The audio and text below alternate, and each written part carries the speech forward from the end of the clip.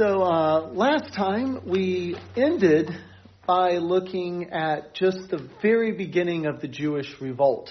We saw that after Herod Agrippa I died, who was actually a pretty popular king, the Romans replaced him just with a Roman governor. Instead of using their usual sort of puppet king, they just put a Roman procurator in his place, who really seemed to have no interest in treating the Jews well. He just wanted to, collect the taxes and keep them down as forcefully as possible.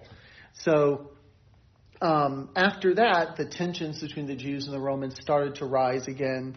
You started to get people predicting gloom and doom and the destruction of Jerusalem.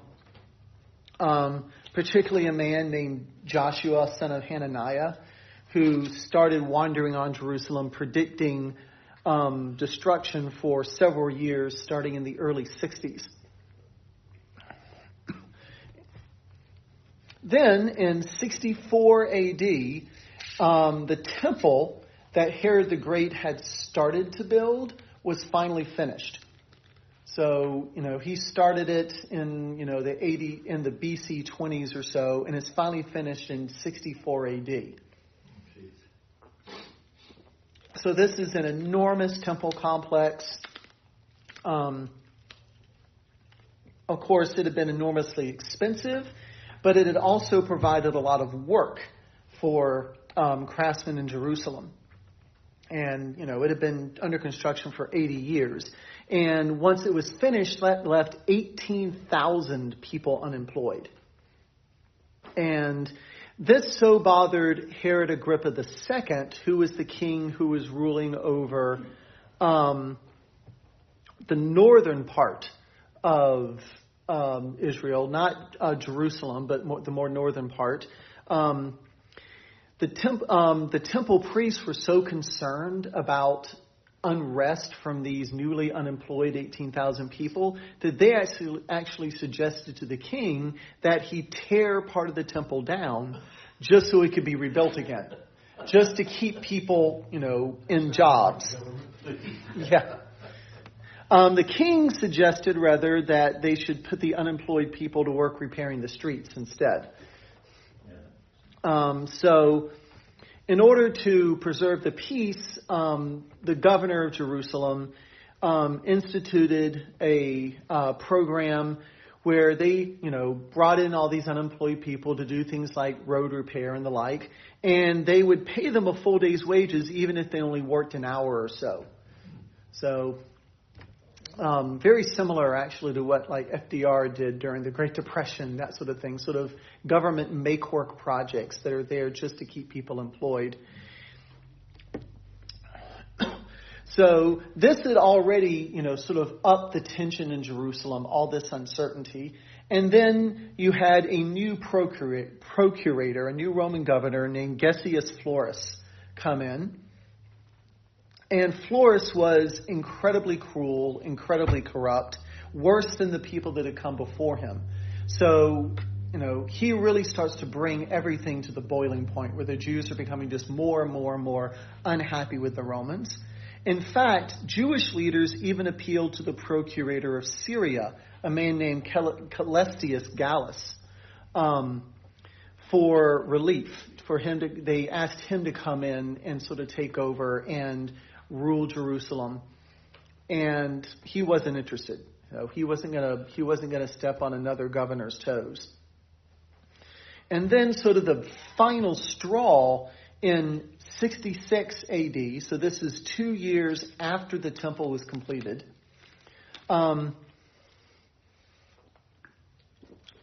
Florus claimed that the Jews were overdue on their taxes, and so to compensate for this, he tries to confiscate the golden menorah in the temple, along with a lot of the other sacred objects like chalices and the showbread tables and things like that in the temple. So he's trying to confiscate all these things in the temple to make up for the taxes that the Jews have missed. And then the high priest, Ananias, and some of the other priests protest this, and Florus has them publicly whipped. So to retaliate, the temple priests stop offering up sacrifices for the government. Because ever since the time of the Persian kings, really ever since the time they came back from exile and rebuilt the temple, temple priests had offered an animal sacrifice every day on behalf of whoever the reigning monarch was. Whether it was Persian or Greek or Roman or Jewish or whatever. So after this, they stopped doing that, and which was basically just a declaration of war. This was a slap in the face to the current Roman ruler. And this infuriates the Roman troops stationed in Jerusalem. So the Roman troops, just the army itself, starts rampaging through the streets. They beat people, they harass them, they kill thousands of men, women, and children as revenge for this slight against the Roman governor and against the emperor. And in retaliation, Jews start throwing rocks at the soldiers and eventually drive them back into the fortress of Antonia, which is sort of their headquarters in Jerusalem. Now, some of the more reasonable rulers, like the king, Agrippa II, tried to bring some peace, tried to calm things down a bit, but they really weren't able to do much. Everybody's angry. Their soldiers are angry, the people are angry, and no one's willing to sort of step back and consider any kind of compromise at this point. So at this point, Roman authority completely breaks down in Jerusalem. Florus, the governor, flees for Caesarea, which is sort of the seaside resort town that was sort of, that a lot of times was where the Roman kings and governors would prefer to stay because they didn't really like being in Jerusalem. So he runs off and just leaves a small garrison to try to retake control of the city. And at this point, the temple priests take control of the revolt. So it's no longer just sort of the masses of the people, fighting back. Now it's become more of an organized revolt with the priests in charge. And it's now being led by the son of the high priest named Eleazar. And so you have a lot of different factors coming together here in 66 AD. You have this militant Jewish nationalism, which never went away. The Jews never got over really losing the Maccabean kingdom and losing their own state to the Romans. And so there's always been a lot of anti-Roman hostility. There's a lot of religious hostility, not only between Jews and Romans, but between different Jewish factions. So there's a lot of anger built up there. There's also a lot of very apocalyptic feeling. There was this feeling that the end of the world was coming. A lot of people believe that the Messiah was going to be coming soon and leading Israel in victory against the Romans. Obviously, a lot of economic problems, a lot of unemployment. Also a lot of very high taxation. After all, the temple that they just finished building had been very expensive, and they were being taxed to support that, along with just Roman taxes, which were already high.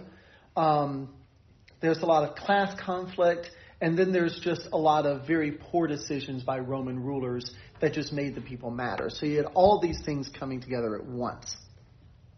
And so you just end up with a lot of escalating violence. So this revolt, which became known as the Zealot Revolt, because it became more and more dominated by this group called the Zealots. It was originally led by the aristocratic elite. Remember, it was originally led by the high priests, by the temple priests, and this was the high class of Jewish society.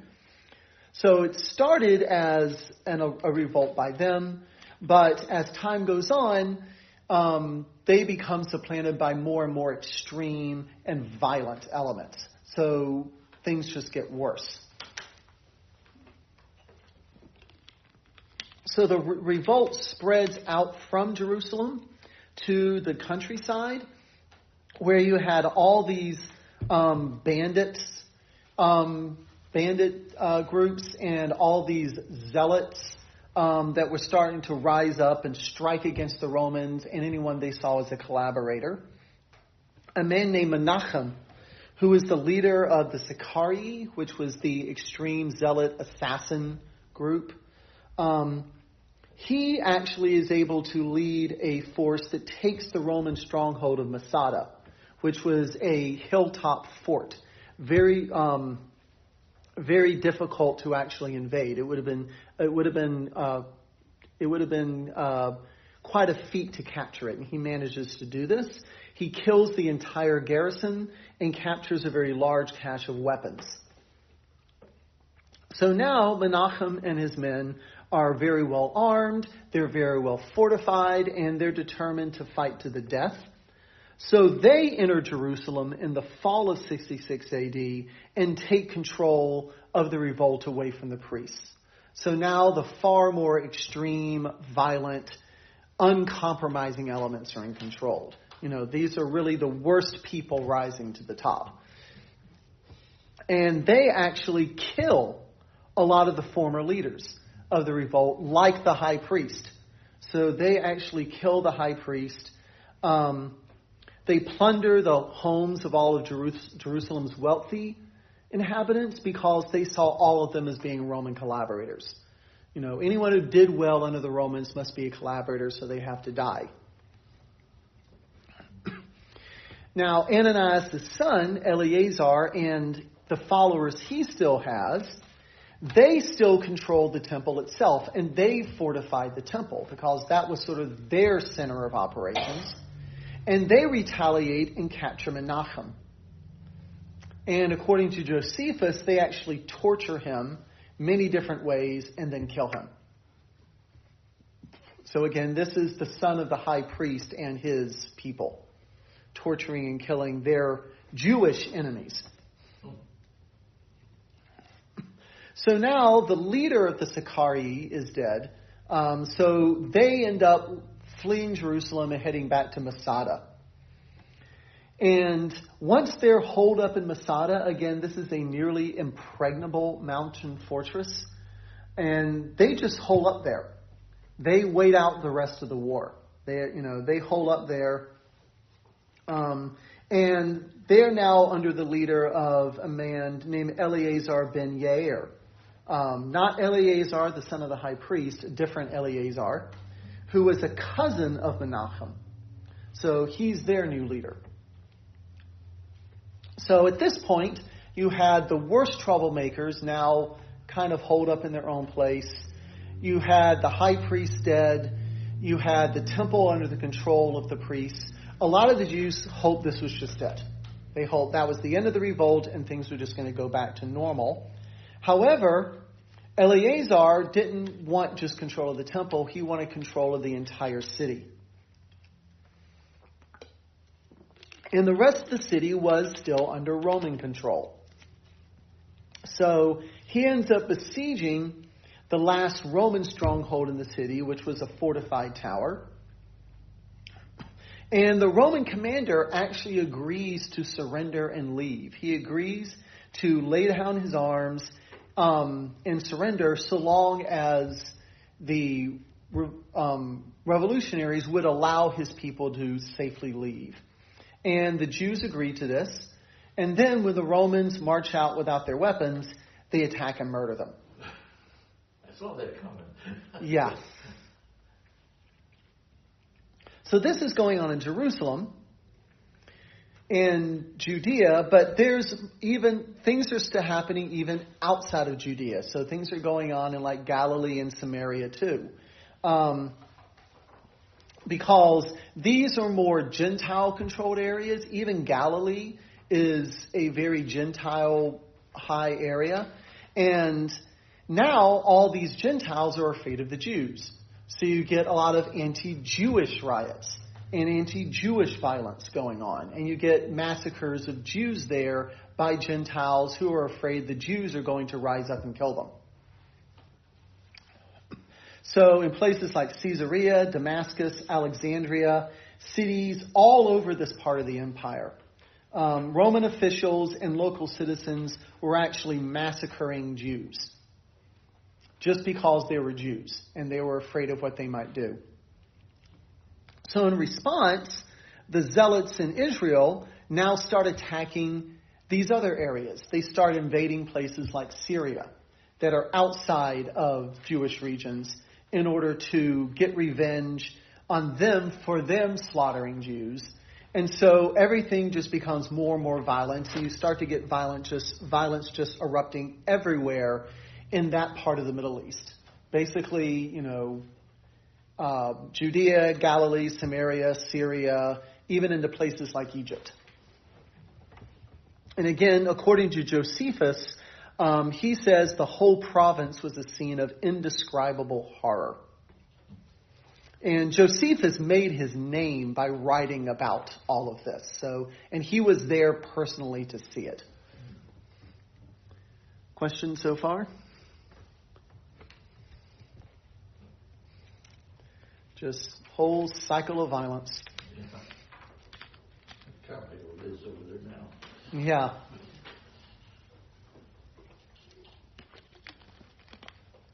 So, now that the Jewish rebels are striking at areas outside of just Judea, the governor of Syria, Gesius Florus, he marches the 12th Roman legion into Judea to pacify it. So he's taking a whole legion in to put down this rebellion. He actually is able to enter Jerusalem, but he was too afraid that he wouldn't have the strength to take the temple because at this point it had been well fortified. So he actually withdraws. It is quite possible that if he had just pressed on, he could have ended the revolt right then and there, but he didn't have the confidence to do it. So he leaves Jerusalem and marches towards Caesarea.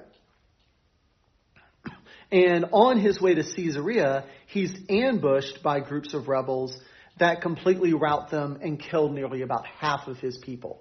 So the legion is just, almost wiped out. And of course, this allows Jews to capture more valuable military equipment, things like slings and catapults. So they now have their hands in a lot more than just like a few pieces of swords and armor. Now, the reason that it even lasted this long is that this was all happening at a time when the Roman Empire itself was pretty unstable. There was a lot going on in Rome. This was under the reign of Nero, who was an emperor who had actually started out sort of okay and seemed to just break down. Something happened and he just seemed to go crazy, basically. We know him as the guy who just attacked all the Christians, but he was more than just that. He became just a very unstable, very destabilizing ruler. And this had caused a lot of political confusion throughout the empire. So the empire wasn't really in a condition to go in and put a revolt down with a lot of force at the time. Was Nero the one who was in charge when a lot of Rome burned? Yes. Yeah, and he was accused of starting that fire because he had claimed he wanted to sort of rebuild Rome. And then deflect that, he blamed the Christians, and that's when he started persecuting Christians. So like I said, he was definitely the worst Roman emperor up to this point. He was just insane. And this had left the empire very vulnerable. Also, because the empire was visibly in trouble, you now had a lot more outside people trying to attack. And the Roman Empire was mainly preoccupied by trying to contain the Gauls and the British Celts at this point. So, they had conquered the Gauls a while before. They had conquered the British not too long before. And the Gauls and the British, who are both Celtic groups, were sort of seeing this as an opportunity to break free again. So the Roman Empire is kind of preoccupied with that because Gaul and Britain are far more valuable to them than Judea. But the Jews realized that eventually the Romans would get around to taking care of them. So the leaders of the rebels used this sort of lull as an opportunity to reinforce themselves, or to shore up their defenses and really kind of fortify all of Israel. Now, you have to keep in mind that the people in charge of the rebels are not professional soldiers. They're not trained in military tactics. Again, a lot of them are temple priests. And there are also, other leaders like Josephus, who had been, part of the rebels before he defected to the Romans. So there was a lot of passion on the part of the Jews, but not much in the way of any real military knowledge or experience. So they didn't really know what they were doing. They did try to sort of form a anti-Roman confederacy throughout the region. They actually sent emissaries to neighboring provinces like Syria and places like that to try to encourage them to rebel too. Basically, let's all get together, and this is our chance to break away from Rome permanently. But they didn't really get much response, Because actually, most people in the Roman Empire were pretty happy to be in the Roman Empire. The Jews were kind of an exception. There wasn't a whole lot of really strong anti-Roman feeling. Because most people were better off under the Romans than they had been under their own rulers. But the Jews were now seeing this as sort of the beginnings of a new Jewish state. They actually started striking new coins, started making their own currency, and they put on the currency year one. So they were declaring like a new calendar. They were saying this is year one of the new Jewish state. This is like year 68. Around 66, 67.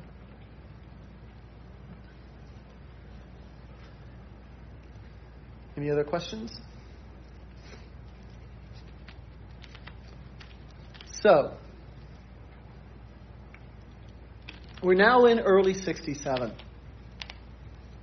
And the Romans have now gotten their stuff together enough so that they feel they can deal with this Jewish revolt.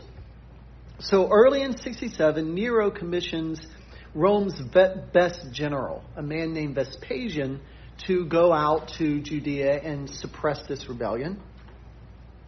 And so he heads out, he starts in Galilee, and just sort of systematically puts it down. Because, again, this is a guy who knows exactly what he's doing. So he very methodically goes through Galilee. He lays waste to the land. He massacres thousands of Jews. Basically, this is how Rome dealt with rebellion. This is how they made sure no one wanted to rebel against Rome. If you rebelled, they went and wiped you out.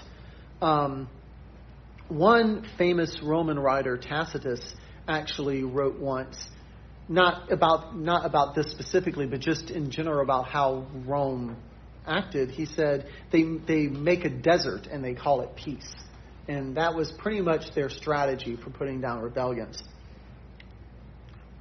So he goes in and just starts wiping them out. And this isn't hard for him because, again, the Jewish rebels were very poorly organized. They were mostly poorly equipped. And a lot of times they barely even had to fight.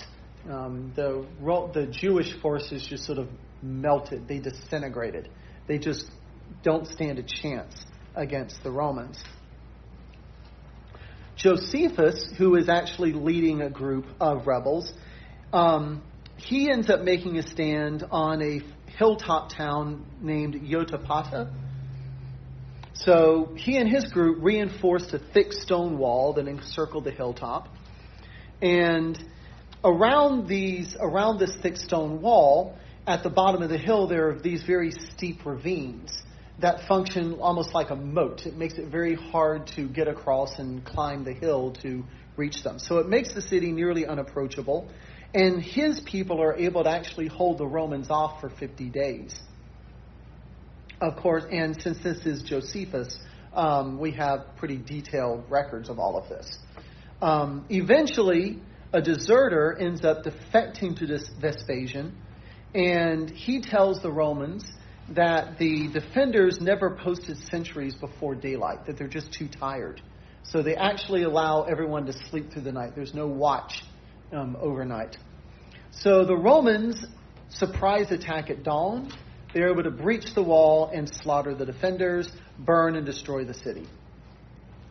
And in fact, archaeologists have actually discovered fairly recently mass graves there. Remains of people who were buried at the bottom of cisterns and wells. So again, like a lot of this is just a slaughter. Somehow, Josephus and 40 of his people are actually able to escape and shelter in a remote cave. As the Romans close in on them, they agree to a suicide pact, which is not an uncommon thing with these rebels. They'd rather go out by suicide than go out by crucifixion, because that's what Romans did to rebels when they captured them. However, once they're all dead, except for Josephus and one other person, Josephus ends up basically cowering out and surrenders to the Romans. He's brought before Vespasian. Of course, they're planning on killing him, but Josephus tells Vespasian, he says, "You think that you've captured a general, but you've captured a prophet. For no longer do I call you Vespasian, but I call you Caesar. For you will be emperor, you and your son Titus." So this flatters Vespasian enough so that instead of executing them, they just hold him prisoner. And this actually allows him to be eyewitness to a lot of the war, which of course later on he would become famous for writing about. And somehow Josephus is also correct. Vespasian and his son Titus both eventually become emperor. But that's not until after the Jewish wars are over.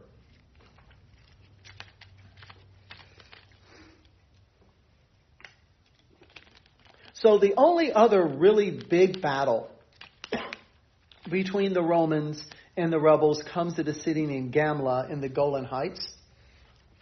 Pretty much anywhere else, the Romans just steamroll over everybody.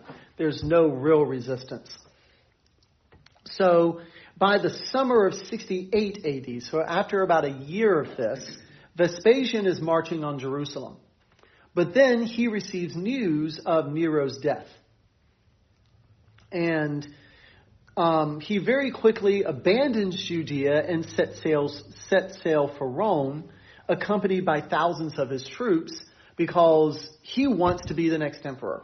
So he's going to sail on Rome and see if he can have his troops install him as emperor, because that's pretty much what happened.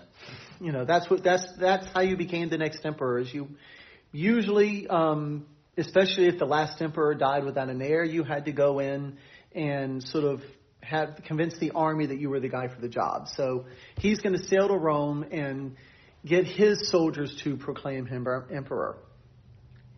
And on July 1st of 69 AD, so after another year, he manages this. The year 69 was known as the year of 4 emperors, because you had 4 people declared emperor in rapid succession, each one lasting maybe a few weeks, until Vespasian. And Vespasian's the last of the 4, and he's the one who's able to hold on to it. So he becomes emperor July 1st, 69 AD. And so that basically leaves the Jews alone for about a year. And so they thought they'd won. They thought they were good. And they really thought that the Roman Empire was just falling apart, because it looked like it was. I mean, you had this rapid succession of emperors. No one knew what was going on. The political situation was just in chaos. And so the Jews really thought this was it. They thought that the Roman Empire was falling. They thought they were free. But once Vespasian was in power, once he'd solidified his control, and he was a very strong emperor, he really knew what he was doing, and so he was able to gain control of the empire very quickly. He commissioned his son Titus to go back and finish the job with the Jews.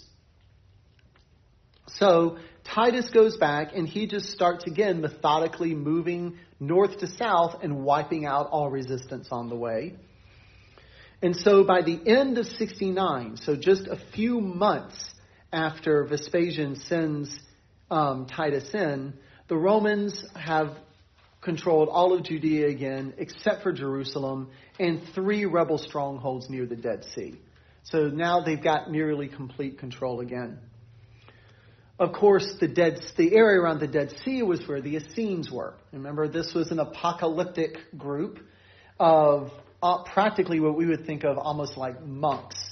They were hermits. They lived in these compounds near the Dead Sea, separated from the world, but awaiting the coming of the Messiah who would overthrow the Romans and install them as the true Jews. So in the process of taking down the revolt, Titus marches against them because he sees their apocalyptic beliefs as a threat. Because the Essenes really believed that this is what was happening. They believed that, all this fighting was the start of a new messianic age and that it was their time. They believed that they were going to be raised up and placed in charge. And so when the Romans come into the area, the Essenes march out in white robes because they think that they're going to march out and that Yahweh is going to strike the forces of darkness for them. And, of course, the Romans then completely wiped them out. And they destroyed their entire community. Of course, nowadays, we know the Essenes because before this, probably when they knew the Romans were coming just to be safe, they had placed their copies of the scripture and a lot of their other writings in jars, sealed them up, and hid them away in caves. And, of course, nowadays, that's what we know as the Dead Sea Scrolls.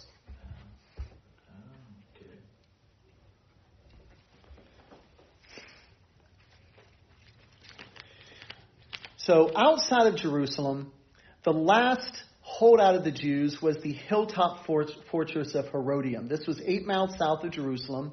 This was a fortress that had originally been built as a palace for Herod the Great. This huge, magnificent palace. It had been taken over by the Jewish rebels and fortified. They had held out for weeks. And because they hated Herod so much, they had spent the time vandalizing it. They had even desecrated his mausoleum. They smashed open his sarcophagus and scattered his bones about. So they seemed less concerned with really preparing for battle and more concerned with just, getting posthumous revenge against Herod, basically. And in the end, rather than fight, the rebels in Herodium just surrendered.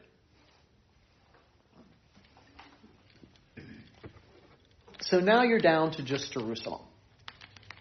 And this is what Jesus had prophesied.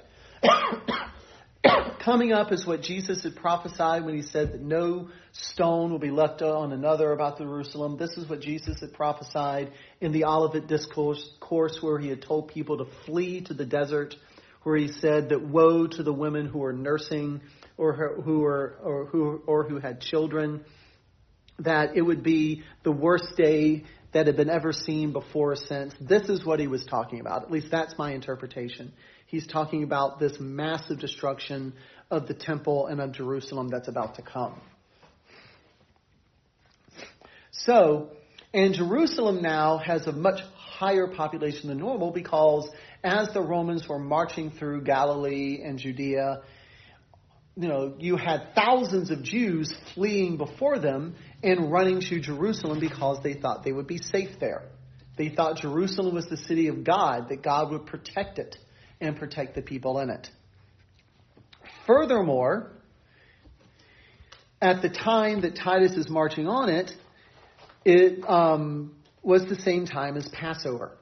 So you had all the people coming to Jerusalem in the spring of AD 70 for Passover. So all this happens over Passover in AD 70. So in the last 2 years, Jerusalem had been greatly fortified. They'd shored up the defenses. They'd stockpiled provisions. They were ready for a siege. Or they should have. But it turns out that they didn't. That rather, they had been spent the entire time infighting over who was going to be the guy in charge. Any of y'all ever seen the Monty Python's Life of Brian? Yeah. That's exactly what this is about. Oh, no. No, we're the Judean Liberation Front. No, we're the People's Front of Judea. That's what the whole movie's about. I mean, because that's what they were doing. They, instead of actually banding together and getting ready, they were fighting amongst themselves. And so they were not ready for the Romans to show up. So the Zealots, who were mainly a peasant group, turned on the priests because the priests were the aristocracy, and they hated the aristocracy because they ultimately still saw them as Roman collaborators. And so they fought the priests, and then various factions of the Zealots turned on each other. As almost always happens in every revolution in history, except for a very few, like the American Revolution, when you stop fighting the enemy, you start fighting each other. So one man named John of Giscala, who was from Galilee, emerges as the leader of one group, and then another man, Simon Bar Giora, who is from Transjordan, what nowadays is the Kingdom of Jordan, led a rival faction. So they fight amongst themselves, and their fighting actually destroys a lot of the grain that was stored in the city. So now they don't have provisions. And this was able to give different groups temporary political advantage. But of course, this ultimately dooms everybody. They just signed their own death warrants. So now, starting in the spring of AD 70, Titus lays siege to the city. The Jews are still convinced that God will never allow Jerusalem to fall. And so they actually taunt the Romans from on top of the city walls. They fought in the general direction, maybe. So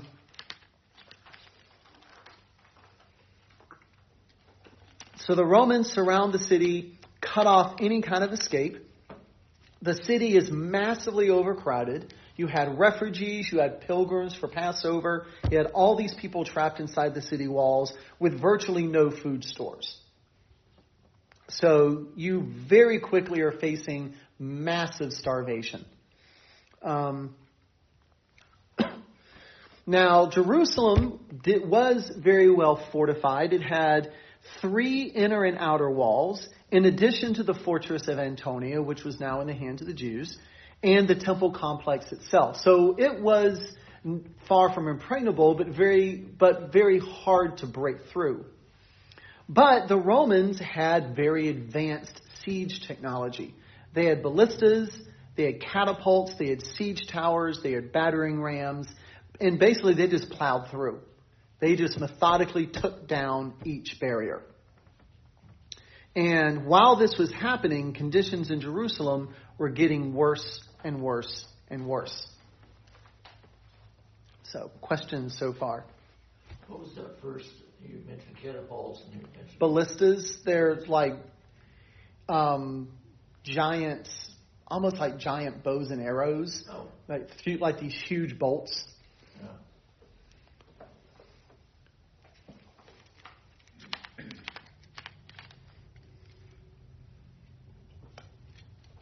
So Josephus, who again is there, he's seeing all this. Josephus describes the conditions in Jerusalem this way. And this is from his book, The Jewish War. Pretty much all the Josephus quotations are from that book. He said, "For the wealthy to remain in Jerusalem was dangerous, since under the pretext of desertion, many were killed for their money. But the madness of the rebels increased with the famine, and the terrors flared more fiercely each day. Since no grain could be seen anywhere, they broke into homes and ransacked them. If they found any food, they tormented the occupants for claiming there was none. If not, they tortured them for having hidden it too well. The bodies of the miserable wretches were evidence enough of whether or not they had it. If seemingly healthy, they were deemed to have plenty of food, while those already emaciated were passed by, for it seemed unreasonable to kill those who would soon die of starvation. Many secretly bartered their property for a measure of wheat, if they were rich, or barley, if poor. Then, shutting themselves inside the innermost interior of their houses, some ate their grains raw in extreme hunger. Famine is truly the worst form of suffering, and decency its greatest victim. All restraint was shunned as women grabbed food from the mouths of their husbands, children from their fathers, and most horrid of all, mothers from their babies. Partisans everywhere would rob them constantly, for whenever they saw a locked door, they assumed that those inside were dining and broke down the doors. They showed no pity for the elderly or infants. Remember, this isn't the Romans. This is the Jewish groups controlling the city doing this. In their quest for food, they devised dreadful methods of torture, stuffing bitter vetch, which is a type of climbing plant like an ivy, into the genital passages of their victims, and driving sharp stakes into their anal passages to get people to reveal a hidden loaf of bread or a single handful of barley. Friends wrestled with each other for even the shadow of food. Others, mouth agape from hunger like mad dogs, staggered along, beating on the doors like drunken men. They ate everything, swallowed things even the filthiest animals would not touch. Finally, they devoured even belts and shoes, or gnawed at the leather they stripped from their shields. Worse still were the brigands who broke into houses, stripped clothes from dead bodies, and emerged laughing. They tested the points of their swords on the corpses and even ran through some who were still alive. Yet those who begged for the coup de grace, they contemptuously left to the famine. Now, unable to escape the city, the Jews lost all hope of survival, and the famine became even worse. A deep silence and a lethal darkness shrouded the city. Interestingly, throughout all of this, the zealots were still actually sacrificing 2 lambs every day on the temple altar, because they were still thinking that God was going to save them. They still believed that God was on their side, that the Messiah was coming, and that God was going to take the Romans out. Finally, once any type of food was consumed, once all the animals were gone, the Jews actually started resorting to cannibalism. Josephus records some of that. I'm not going to read it. It's literally talking about women cooking and eating their own babies, because there was nothing else. In the end, Josephus said this: I cannot refrain from stating my feelings. I think that if the Romans had delayed their attack on these wicked scoundrels, the earth would have opened and swallowed the city, or a flood would have overwhelmed it, or lightning destroyed it like Sodom. For it produced a far more godless generation than those who suffered there. It was due to their madness that all the people perished. And Josephus estimates that during the siege, which lasted 2.5 months, 115,000 corpses were carted out of the city or dumped over the walls. During the final few weeks, the Romans caught hundreds of people every day who were trying to escape. And many of them were disemboweled by the soldiers who thought they might have swallowed some money to carry away with them. And hundreds more were crucified. Basically, at this point, if you were caught escaping, the Romans assumed you were a rebel and treated you accordingly.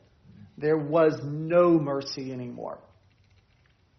Eusebius, a later church historian, wrote this: Such was the reward for the guilt and impiety of the Jews against the children of God. And then he says, quoting Jesus, and this is the prophecy I was referring to: Woe to those who are pregnant and to those who are nursing infants in those days. For at that time there will be great suffering, such as has not been seen from the beginning of the world until now, no, and never will be. And that's Matthew 24:19 through 21.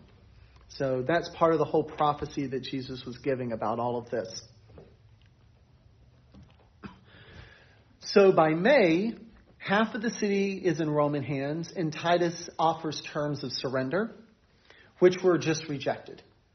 Again, the zealots still believed that God was going to save them. So throughout June, the Romans fight to take the fortress of Antonia, which overlooks the temple. They built huge platforms for battering rams to pound at the walls of the fort. The zealots tunneled underneath the battering rams so that when the machines were moved into position, the insurgents would torch the beams that they placed underneath them and collapse the ground, and that would kill the soldiers and wreck the battering rams. But on the 5th of July, the fortress was finally stormed and taken. So now, basically, the only thing left in Jerusalem not taken by the Romans was the temple. So the last rebels barricade themselves inside the temple itself. And again, they're thinking that there's no way that God would allow the temple to be destroyed. You'd think they've forgotten about the last time he let the temple be destroyed. But according to Josephus, Titus offers the rebels one last opportunity to surrender, or at least to vacate the temple and fight elsewhere. Because again, if you're stuck fighting in a closed, area surrounded by enemy soldiers, you're not going to last long. So on August 8th, the Roman troops break through the temple walls. They massacre these last remaining rebels. And at this point, the Roman soldiers just run rampage through the city. They torch it. They trap thousands in their homes and in the streets. They kill everyone in sight. Josephus says that they clogged the streets with corpses and drowned the city in blood. So they're just completely destroying the entire city of Jerusalem.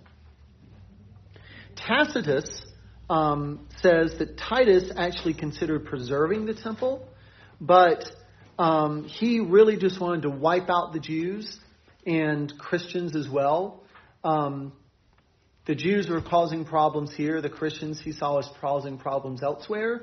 So he thought by destroying the temple, he could take out both in one blow. So he considers saving it, but eventually decides to raze it down to the ground as well.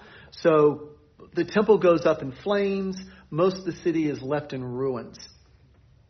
The flames taking down the temple are so hot that all the gold that had, plated the walls and everything melts and gets between the stones. And so in order to get at all the wealth, all that melted gold, the soldiers actually pry the stones of the temple apart. So they take the walls down stone by stone. And this actually fulfills Jesus' prophecy that not one stone will be left upon another. So in the end, there is nothing left of the temple.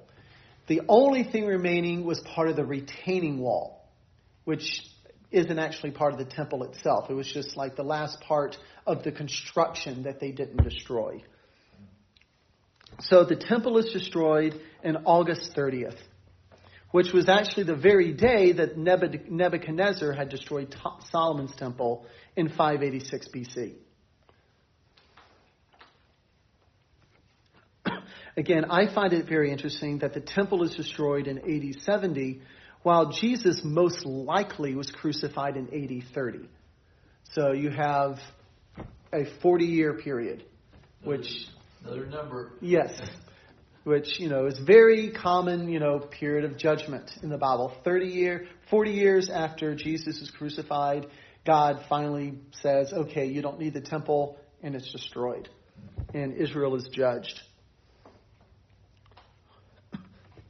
So again, everything Jesus prophesied came to happen.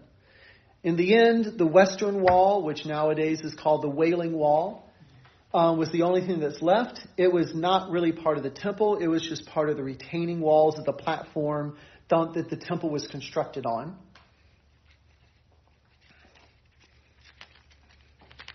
And in fact, there are some scholars who don't even think that's the case, who think that the Wailing Wall was actually part of the fortress in Antonia, which meant that really every part of the temple construction was destroyed.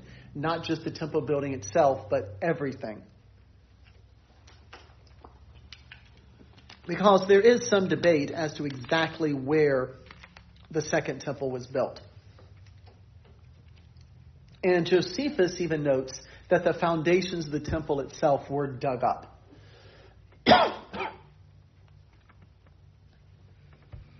And in the wake of all this, so many Jews were crucified that the Romans actually ran out of wood for crosses. And so this really is God's judgment on the Jews. I mean, this is while there were still Jews in Judea and Galilee, this was really the sort of the beginning of the end for the Jewish people in the region that used to be called Israel. And we'll talk about that more next time, but this is actually a good stopping point. So any final questions?